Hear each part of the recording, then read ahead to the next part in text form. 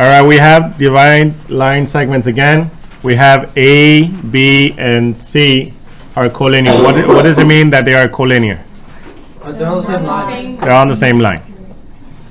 And B is between A and C. So what is the very first thing that we should do? Draw it. So we draw any type of segment. Doesn't have to be perfect. They say this is A, C, B is somewhere on the line between A and C, correct? All right, we do that.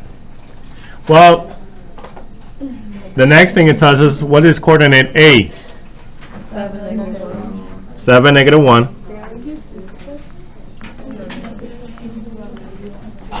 What is coordinate B? 2, 1. The question says find coordinate C. Yeah, you forgot the 1. Oops. The question says find coordinate C, so this is the point that we're trying to find. The coordinate we're trying to find. Now, there's one thing that we still need. The ratio. The ratio. Well, it tells us that the ratio of AB to what? BC. Well, what's AB? 1. So I'm going to go ahead and put a 1 here. What is BC? 2. So then you know the total distance. Is 3. That's the information that you need. That's all I got to. All right, so that's good. So now, the next part, it works the same way because we're just trying to find some information here. So remember the formula, which is what? Bx is equal to x1 plus k times x2 minus x1, and then by is equal to y1 plus k times y2 minus y1. We're doing the same concept. Well, in this case, guys, let's go from left to right. All right, again, we're deciding to go in this direction. So let's fill it in. Guys, what's bx? 3. 2. Oh, I drew that wrong. It's 2, right? Oh, because mine has it as 3. I was doing mine because it's... Okay. 2 is equal to, what's x1? 7 plus 1/3. 1/3 times X. x2, which we don't know, Minus 2. minus 7. What? 7. Exactly. 7. The first X. Oh, because... Sorry. You have a different example. I know, I got confusion. Any questions so far? No. Why is it 1/3? Because that's the ratio. Yes. Now remember something, that if we would have gone from C to A, which we can, it'll be 2/3. So now we're going to repeat the same process over here. Well, by, what's by? 1 is equal to what's y1? Negative 1 plus k, 2/3, 1/3 times y2, which is what?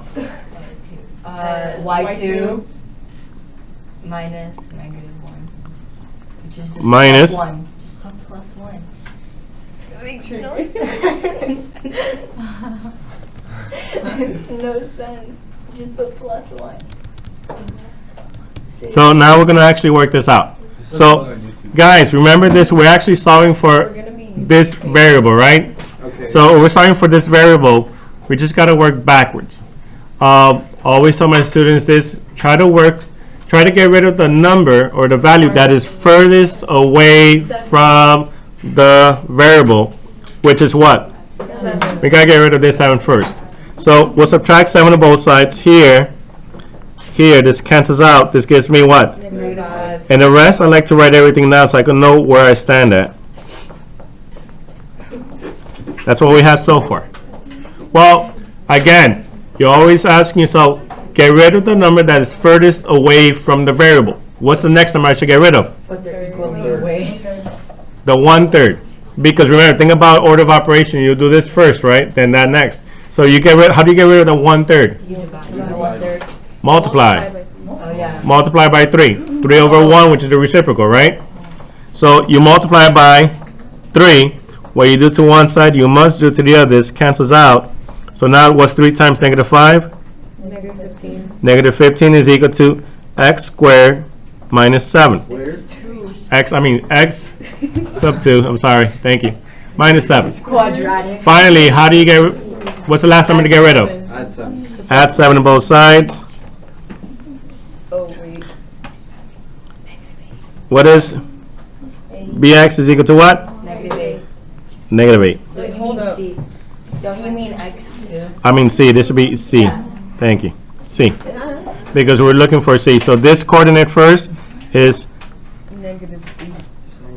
-8. So we're doing this again. What do we do first here? Add 1 to both sides. Add 1. Cancels out. This gives me 2 is equal to 1/3 y2 plus 1. Multiply by. 3. Breaks. That will cancel out. 6. 6 is equal to y2 plus 1. Subtract 1 to both Subtract by sides. 1.